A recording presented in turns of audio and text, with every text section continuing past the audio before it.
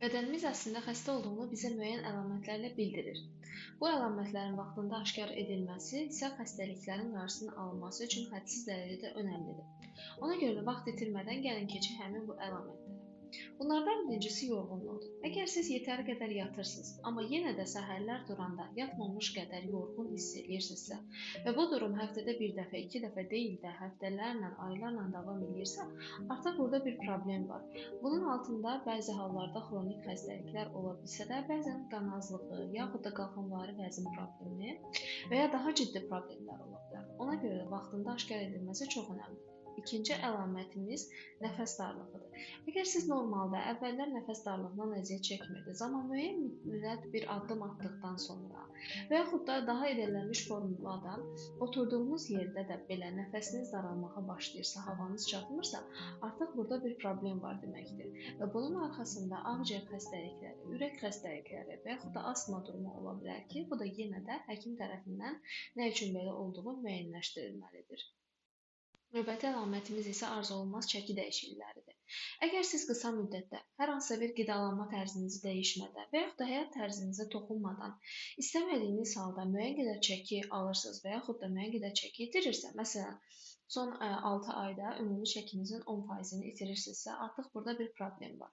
Bu çəki itirmələrin arxasında hər hansısa bir bədxassəli xəstəlik yata bilər və yaxud da vərəm xəstəliyində də gecə tərləmələrlə müşahidə olunan çəki itkiləri baş verir.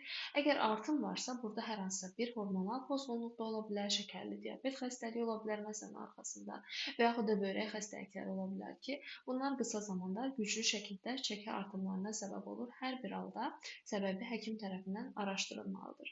Növbəti əlamətimiz dəridə baş verən dəyişikliklərdir. Dərimiz bizə çox şey əslində deyir. Məsələn, bu qaraciyər və ya öd kisəsi xəstəliklərində, həmçinin də xronik xəstəliklərdə dəri rənginin saralması müşahidə oluna bilər. Bu artıq alarmdır. Və yaxud da dəridə normalda olmayan səpkilərin artması, yaranması, qaşıntıların çoxalması və yaxud məsələn dərinizdə qara ya da hər hansısa bir xala bənzər törəmələr yaranır və bu törəmələrə heç bir müdaxilə eləmirsiniz, amma bunlar ölçülərini böyütməyə başlayırlar və yaxud da qanamağa başlayırlar, yara formasına dönüşürlərsə, artıq bu bizim üçün bir alarmdır ki, yəni siqnaldır ki, dərimizdə və yaxud da bədənimizdə bir şeylər yolunda getmir, səbəbi araşdırılmalıdır. Növbəti əlamətimiz öskürəkdir.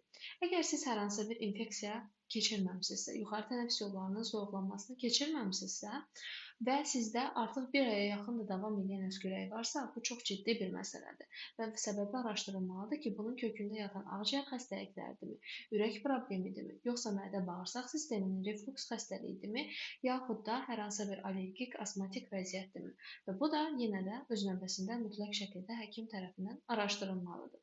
Növbəti əlamətimiz yuxu. Normal yatdığınız halda birdən-birə görürsünüz ki, hiss edirsiniz ki, artıq yuxunuz əvvəlki yuxu deyil. Siz doyunca yata bilmirsiniz və yaxud da narahat olursunuz, tez-tez yuxuda ayılmalar olursa və yaxud da nəfəsinizin dayanmasını müşahidə edirsinizsə yatdığınız zaman ya da partneriniz sizin nəfəsinizin dayandığını sizə deyirsə, artıq bu problemdir və ciddi şəkildə səbəbi araşdırılmalıdır ki, nəyə görə? Bunun altında ürək-damar xəstəlikləri də ola bilər ya da bəzi hallarda məsələn stressə bağlı ya da hormonal pozuntulara bağlı durumlar ola bilər, amma hər bir halda araşdırılmalıdır. Növbəti əlamətimiz baş ağrılarıdır. Məsələn, ara-sıra insanın başının ağrımağı normaldır, amma bu ağrılar birdən-birə güclənməyə başlayıbsa, günlərlə davam edirsə və yaxud da səhər durduğunuz halda baş ağrınızı hiss edirsinizsə, artıq aylarla, həftələrlə və ya ağrı zamanı eyni zamanda qusma, ürəkbulanma kimi əlamətlər olur və ya görünməniz pozulursa ya da baş ağrısından sonra əzələlərinizdə zəiflik, gücsüzlük hiss edirsinizsə, artıq bu yenə də siqnaldır ki, səbəbi araşdırılsın.